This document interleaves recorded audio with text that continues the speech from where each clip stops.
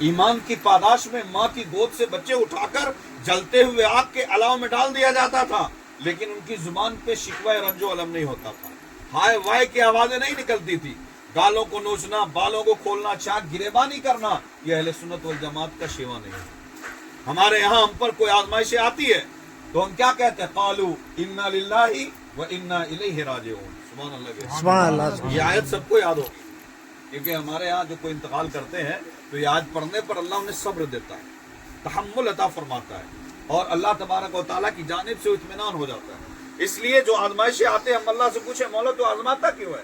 اللہ فرماتا ہے اپنے لیے نہیں آزماتا، تمہارے لیے آزماتا ہے، تاکہ ہم یہ جانیں کہ ان آزمائشوں سے گزر کے اچھا ستھرا ایمان کس کا ہے اور کمزور متزلزل ایمان کس کا ہے۔ یہ آزمائشیں آتی ہیں ہم پر، آزمائشوں میں سے ایک آزمائش واقعات کرب و بلا ہے۔ اللہ تبارک و تعالیٰ کے محبوب بندے حضرت امام حسین اور امام حسن، یہ دونوں بھائی ہیں، اور ان کے بارے میں آقا کونین کا فرمان ہے الحسن والحسین سیدہ شباب اہل جنت، کہ یہ حسن اور حسین جنت کے جوانوں کے سردار ہیں۔ حسن اور حسین کوئی معمولی شخصیت کا نام نہیں ہے۔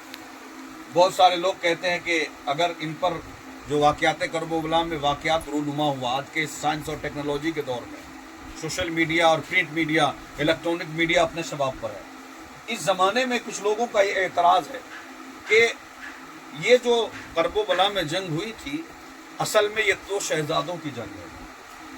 کون کہتا ہے؟ یوٹیوب پہ آج بھی سرچ کر سکتے ہیں، جس کا نام ذاکر نائک ہے، اور اس کے علاوہ بے شمار عقائد اور بے شمار لوگ ہیں جو کہہ رہے، لیکن میں عرض کرنا چاہتا ہوں امام حسین کی وہ ذات ہے کہ ان کے مقابلے میں کوئی شہزادہ ہو ہی نہیں سکتا ہے۔ سبحان اللہ، سبحان اللہ۔ ان کے مقابلے میں کوئی نہیں آ سکتا۔ جس طرح آقا کونین صلی اللہ علیہ وسلم کا نبوت میں سب سے اعلیٰ مقام ہے، اسی طرح تمام شہداؤں میں امام حسین کا سب سے بڑا مقام ہے۔ یہ بھی عجیب اتفاق ہے کہ اور شہیدوں کی شہادت کی داستان ان کے شہادت کے بعد لکھی گئی ہے۔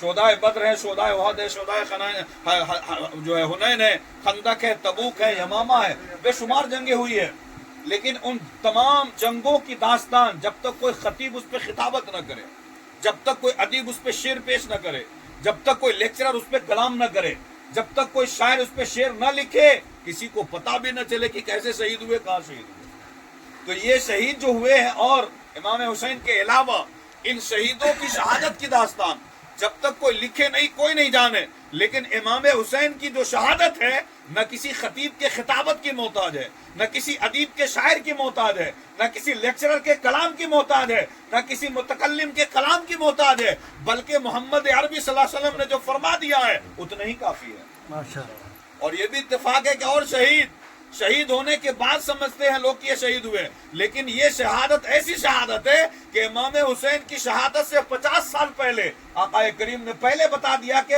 مقتل کربلا میں میرا حسین شہید ہوگا، اور انہوں نے دعا بھی نہیں فرمائی کہ یا اللہ ان کو تو بچا لے، اس لیے کہ نبی کی دعا اللہ رد نہیں کرتا۔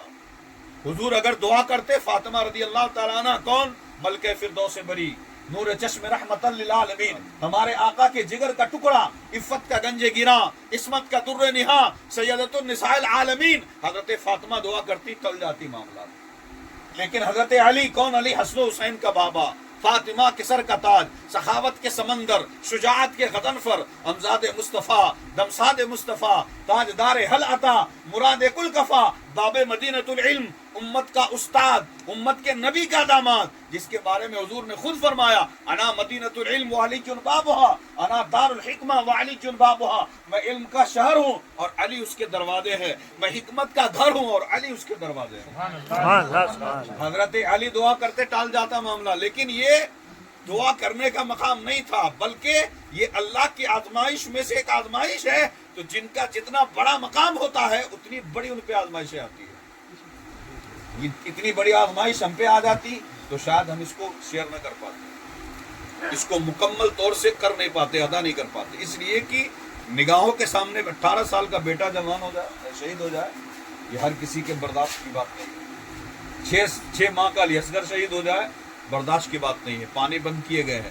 رفقا شہید ہوئے، بھانجے شہید ہوئے، اور خود لاسٹ میں آپ کی شہادت ہوئی اتنا معمولی معاملہ نہیں. اگر کوئی غور کرے اس پہ, فکر کرے اس پہ, یہ اگر ہم قصے کہانی کے طور پہ اس کو لے لیں تو کچھ سمجھ میں نہیں آتی بات.